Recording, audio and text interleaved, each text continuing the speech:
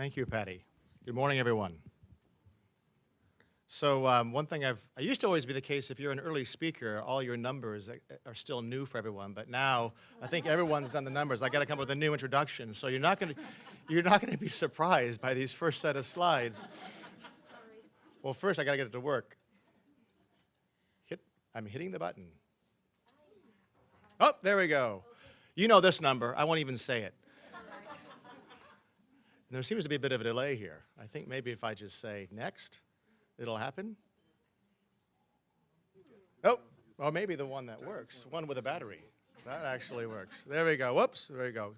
Secondly, one number we haven't actually heard is the, got to go back one, is about its, the amount of loss is equivalent to about $940 billion per year, according to FAO statistics. That's a lot. That's a lot of money on the table per annum in terms of economic losses of food loss and waste. But then, again, we've heard the 8% figure of all GHG emissions, but let's put this in the context. What that means is if food loss and waste were a country in and of itself, it'd be the third largest emitter of greenhouse gases just after China and the United States. And now this is one that my boss likes just because it puts it into context. And you go to the climate negotiations, this isn't actually talked about, right? Food loss and waste, agriculture is finally on the agenda. Forests have been on for a while, but food loss and waste isn't yet, I would argue. And I don't think someone in the room may have checked, but you look at the NDCs, I don't know of any that actually explicitly talks about tackling food loss and waste as a means of a nation state achieving its GHG targets. And I think it would be great if we all in this room could actually fix that. So whenever you do engage with folks in the climate world, fix that issue, right? Get this on the agenda. It's too big of an issue to waste, no pun intended. Next one. I'm doing something wrong here, basically. Did his battery already run out? Yeah, there we go, there we go, there we go. So now this food loss and waste actually is distributed. It's not, that is the lights dimming. It's not that you've drunk too much yet. This food loss and waste is actually distributed across the supply chain. If you actually took that 100%, that 1/3, and convert it into calories, this is kind of how it's distributed across the supply chain. A lot of it early on, a lot of it at the end in terms of the consumption phase. But it actually differs a lot by region. Again, this is the food loss and waste using the landmark FAO study, but covering the calories. Roughly speaking, the more developed you are as a region, the more that the food loss and waste actually occurs close to the consumer, and the less developed, the more developing regions of the planet, the more the food loss and waste actually occurs close to the farm, as you can see there in sub-Saharan Africa, where 3/4 of it is at production or in handling and storage. So what this means, the types of solutions actually differ a lot by where you are on the planet. Now, fortunately, as Patty was mentioning, we have the Sustainable Development Goals under Goal 12 on sustainable production and consumption and production. We actually have Target 12.3, the one on reducing food loss and waste, having per capita global food waste by 2030, and reducing food losses along the production and supply chains, including post-harvest losses. This is a great, I would argue this is a great momentum in terms of putting this issue even higher on the political agenda. WRI, us, along with the Dutch government, are co-secretariats of something called Champions 12.3. We pulled together a bunch of leading executives from the private sector and public sector and research institutions to help be champions of the cause, be champions of 12.3, to help inspire ambition, mobilize action, and accelerate progress towards this goal. I see here the US EPA here, your administrators on here, if USDA is in the room, your secretary is part of this. The UN executive director is a champion as well. So we have a nice coalition here going. More are welcome to join in terms of executives. We think this is too big of an issue to be exclusive, and we look forward to further engagement with other entities. Now, the Champions crowd actually challenged us this summer to give a sense of where are we already after year one vis-a-vis the SDG Target 12.3. And so we did a little bit of an analysis looking at the framing of Target Measure Act. The chair of Champions, the CEO of Tesco, is a big fan of if you target and you measure it and you act, you will actually tackle an issue. So where are we, so to speak, vis-a-vis the SDG Target 12.3 against this metric? And so I'm going to focus my conversation today on just a little bit of an update on where things have gone and what the next steps need to be. Now, first of all, we believe that targets set ambition and ambition motivates action. And we've already seen a number of developments when it comes to targeting. For instance, in terms of nation states, Of course, there's the whole SDGs, and most nations of the planet actually agreed to all the SDGs, but that there's 169 targets, right? Is each one of them actually going to get the full attention it deserves? And so we looked at which nation states or regional political blocs actually have set explicit targets around reducing food loss and waste, right?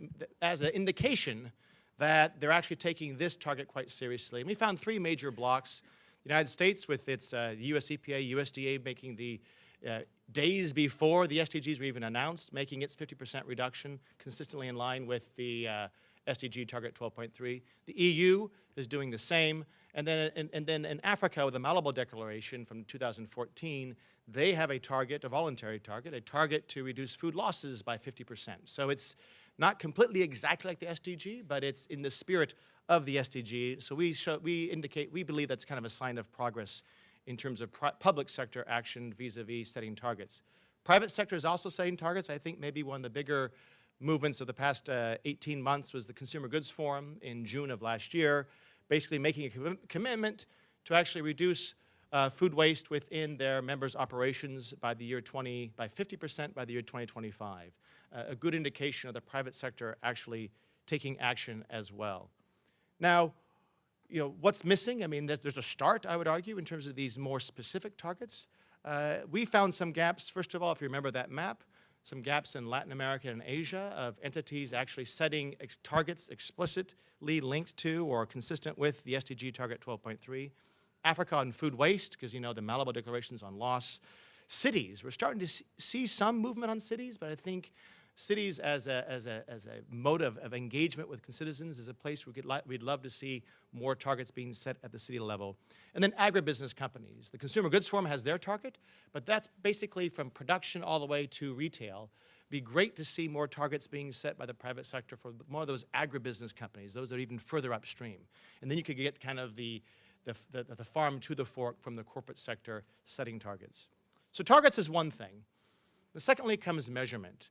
And this gentleman here is arguably the source of this famous phrase, what gets measured gets managed. Does anyone know who this gentleman is? Anyone? You don't count. You know the answer to this. You've heard this before.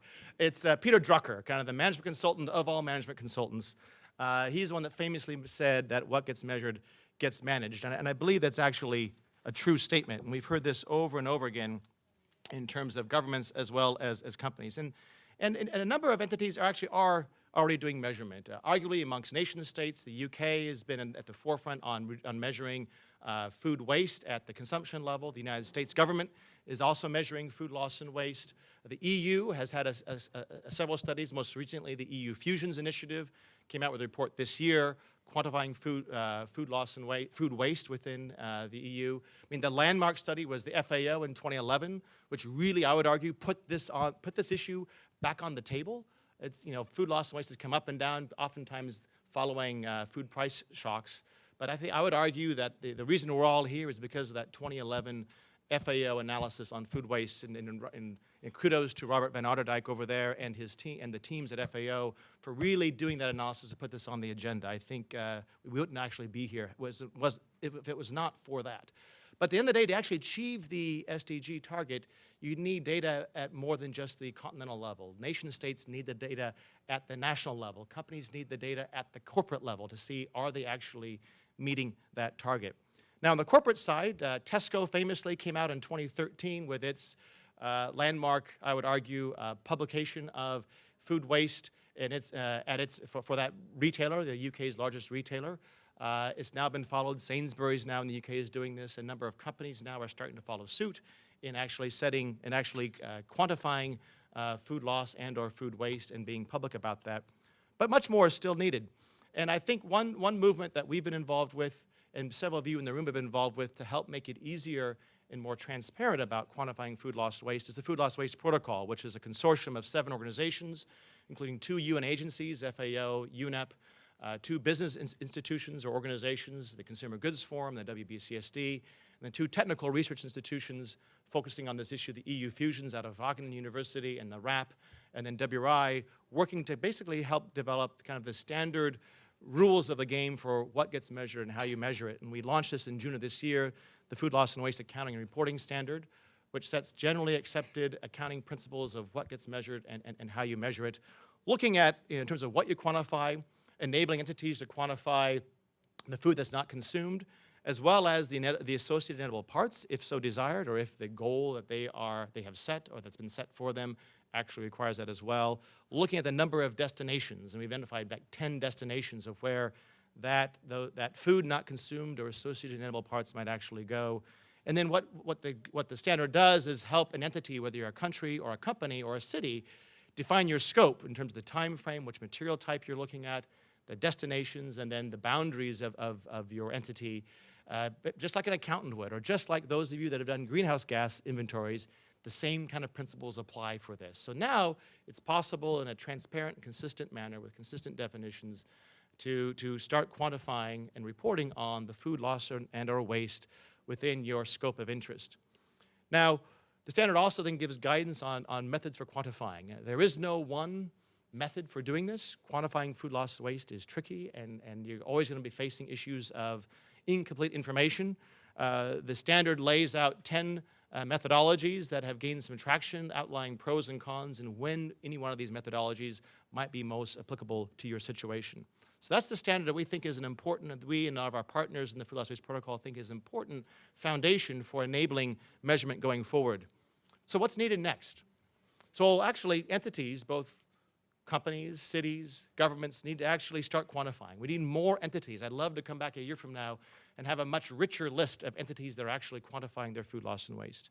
I think also, too, we need, as a community, to get more data out there and make it easier to access. You know, lots of entities, actually, there's quite a bit of data out there actually on the internet, whether it's FAO, OECD, USDA, USCPA. There's data points out there, but often it's hard to find. If I'm an entity getting ready to actually do an inventory, first, I'd love to be able to go to a one-stop shop and figure out what data points are already there. If I'm trying to figure out tomato losses in California during the storage stage, before I actually commission my own research on that, if someone else has already done it and it's a credible study, I'd love to be able to access that. And I think as a community, if we could build that, that would actually make it easier and lower the transaction costs for measurement. Likewise, too, I think it'd be helpful to get some more clarity around the scope and indicators for SDG Target 12.3. So for instance, the target talks about food. So is it food, or is it food as well as associated edible parts? Is it, that's one question that's out there. And also, if you remember, there's like 10 destinations that are possible according to the Food Loss Waste Accounting Reporting Standard. Which of those 10 destinations are in the scope, so to speak, of the SDG Target 12.3? The target itself doesn't say. It's ambiguous. And I think to help entities out, it'd be great to get some clarity about some of those boundary definitions around the SDG Target 12.3. And finally, target, measure, act. At the end of the day, what really matters is taking action, right? No matter how much targeting, is that my signal to end? I don't know. We have to take action. Now, it's interesting, there's a whole slew of things that one needs to do to actually tackle food loss and waste. We try to summarize a bit of it here in terms of what could be done against each of the various stages of the food supply chain. There's a lot, right? There's no one silver bullet at doing this. And I would argue that everyone has a role to play. There's something in this for everyone to actually play a role tackling food loss and waste. And let me just highlight just a few things that we've observed happening over the past 16 months, the past 12 months since the launch of the SDGs. I mean, of course, folks have been working on reducing food loss and waste for a long time, right? So it's not something new. But I wanted to highlight some of what I think are some of the interesting developments of the past 16 months. So in terms of production, we've all heard stories of how the ugly food, the produce that has blemishes or is the wrong size, basically gets screened out and doesn't make it to the retail shelf. But we've seen some movement in a number of markets where actually this imperfect produce actually is now being sold to consumers, whether it's in the UK, where one retailer has the imperfectly imperfect, so it's the fruit, it's the vegetables that are oblong, or the carrot that has 2 legs and not 1, or the blemished apple actually can be sold at a discount. And I hear it's actually flying off the shelves, right? The French have a label around called ugly food, and people are buying it, right? So it's amazing how, if you market it the right way, some of this produce that otherwise would have been discarded is now being offered to the marketplace. I think in terms of distribution and marketplace, you have You've all heard that France has some new laws and regulations regarding donations from supermarkets. Italy just launched a whole suite of new policies around food loss and food waste in August of this year.